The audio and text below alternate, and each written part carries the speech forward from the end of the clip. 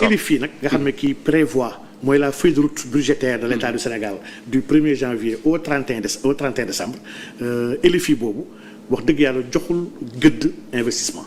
ku xool la LFI même dette bi ñuy war a leb. Le plan d'endettement du Sénégal pour année bi. sur les 4500 et quelques milliards. mais da ngay gis lu si ëpp fonctionnement la régler ay problème mu lekk. dette boobu nag moo baaxul nee nañu fay ay dette. circuit d'endettement yu pays africains yi nekkee baaxul. c'est pas le Sénégal que tous ces pays-là ont été entraînés dans un système bi nga xam ne c'est un système colonial. un système bi nga xam ne daf ñuy tënk à être toujours dans la dépendance. à vouloir aller au nord pour uti ndimbal. à pouvoir chercher des bouées de sauvetage. pour mën a exister à mendier à demander de l'aide. ay des dons. Vraiment système bi la ñu war a génn.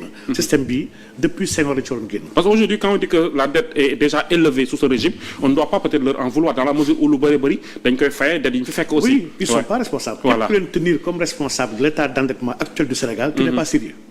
ils ont trouvé un état d'endettement extraordinaire. comme quelqu'un bu ñëw fekk un déficit public de 12,7%. ñu ne déetawaay nga fekk un ratio de dette. rapporté au PIB qui dépasse 116%. c'est énorme kii wax dëgg yàlla boo taxawee bëgg ko jàpp responsable la dette da ngay caaxaan. foofu nag laa mënul d'accord toujours ak FMI ak Banque centrale. parce que dette bu ñuy wax ne c'est une dette cachée du régime du président Macky Sall. oui contractée au niveau du secteur bancaire local. fii y a un régulateur bi nga xam ne qui régule toute l'activité bancaire au Sénégal. c'est la Banque centrale. amul crédit. bu ñuy def dans l'espace UEMOA lu may banque centrale xam na ko. ndax les banques sont dans des mécanismes yoo xam ne y a des règles prudentielles y a des règles de surveillance y a beaucoup de règles yoo xam ne banque centrale ci tënk toutes les banques. donc situation bi Sénégal nekkoon sous régime de Macky Sall banque centrale réeréew ko. et donc cette affaire de dette cachée tappale la c'est pas caché. banque centrale bu ko réeréewul FMI réeréewu ko. les gens nag ont fermé les yeux parce que loolu chaque fois moo ko chaque fois mu rappelé ko Sénégalais yi y a ce qu'on appelle la dette contingente dans tous les pays il y en a. dans tous les pays. France gii gars yi jël def ko bàjjen def ko modèle. mais y a une dette contingente extraordinaire aujourd'hui tey soo seetloo tey France problème bi yëpp mu ngi ci problème ba tey ñoo bokk xeex. ñoom ñu ngi ci problème bu budget bi ak problème bu xaalis bi naka la état di dépenser ñun nous sommes dans la dépense publique di casse temps waruñu jënd nangam waruñu jënd oto waruñu jënd nangam mais aujourd'hui la réforme des retraites. France instant ñu ngi tax a di xool parce que les premiers postes après la retraite.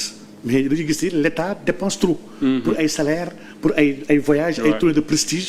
et c'est pas normal. mais professeur dafa am loo bëgg ñu taxaw tuuti mooy cette affaire de dette cachée li nga ci wax. bëgg naa ñu taxaw tuuti. da ngay jox raison régime bi fi nekkoon que ne caché wuñu dara wala que da ngay jàpp ne xëy na ñi fi nekk Cour des comptes wala ce régime. li ñu dénoncé moo amul foofu bëgg naa am sa position clairement. les techniciens en matière finance. oui il y a des dettes qu'on appelle des dettes contingentes ou des dettes hors bilan. lii dans tous les pays y en a. Okay. Même les pays émergents en ont les pays tubaab ak ñëpp ce qu'ils ont dans leur état financier booy lii mooy seen dette ak réellement les dettes yi nga xam ne qui sont garanties des dettes yi nga xam ne en second recours ci yow lay su échoué yaa ko war a fay dëkk yi am nañ ko.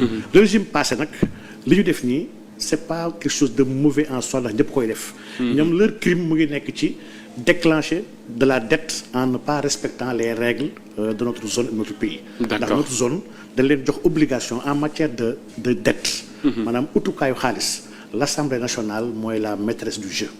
moom mooy voter ne nangam mooy budget nangam mooy le déficit bi ñu war a am maanaam nangam mooy dépense nangam mooy recette écart bi nga xam ne mooy diggante déficit dépense ak recette moom mooy wax ne jox naa yow mi état jox naa la possibilité demal nga uti ji ko. te état daf koy jox situation wu naka la ko fas yéene utee. ndax day dem dans les marchés financiers dafay dem dans les partenaires bilatéraux ndax yii daf koy def eurobond yii dafa war a nekk lu leer. quand l'état nag emprunte hors de ces canaux là. état boobu yëf saay-saay la def lii nag mooy yëf saay-saay bi nga xam ne moom la régime mu. Macky Sall defoon sama xarit Macky Sall def ndax léegi sama xarit day jàng alxuraan léegi sama xarit la léegi. macha allah donc et lii c'était pas normal. donc au-delà de ça nag le régime a hérité d'une situation bi nga xam ne. su ko neexoon mu def l'autruche bu ko neexoon mu continuer dans l'absence de transparence et dans le compromis. mais ils ont choisi ne non ñun defuñu. Nous ne sommes pas dans la compromission, nous devons être dans la transparence et dans la sincérité. Mais quand on dit que cette transparence est en train de nous coûter cher jamono ji ndax lu ñu mën a dégg la. Absolument pas. La transparence et la sincérité mënul am jafe-jafe ci dëkk. sauf ci dëkk bi nga xam ne ay tappalekat dafa dëkk. Mais dans l'immédiat, court terme. Dans l'immédiat, nous avons renoncé à des instruments yu fondamentaux pour notre souveraineté. loolu moo ñu teg problème. Aujourd'hui, on a deux problèmes.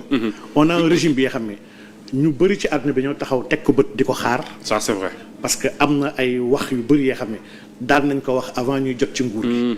ñu étiqueté ñu ay souverainiste. ay anticonformiste. moom kay gënoon na garaaw loolu sax. voilà donc on a une étiquette bi nga xam ne au niveau des partenaires. noonu la ñuy xoolee. c'est vrai ñu si bëri si ñoom nag ils sont très revanchards. ils vont essayer de nous couper tous les vivres pour forcer ñu ñëw jébbalu. jébbalu googu na laa wax ne warul am.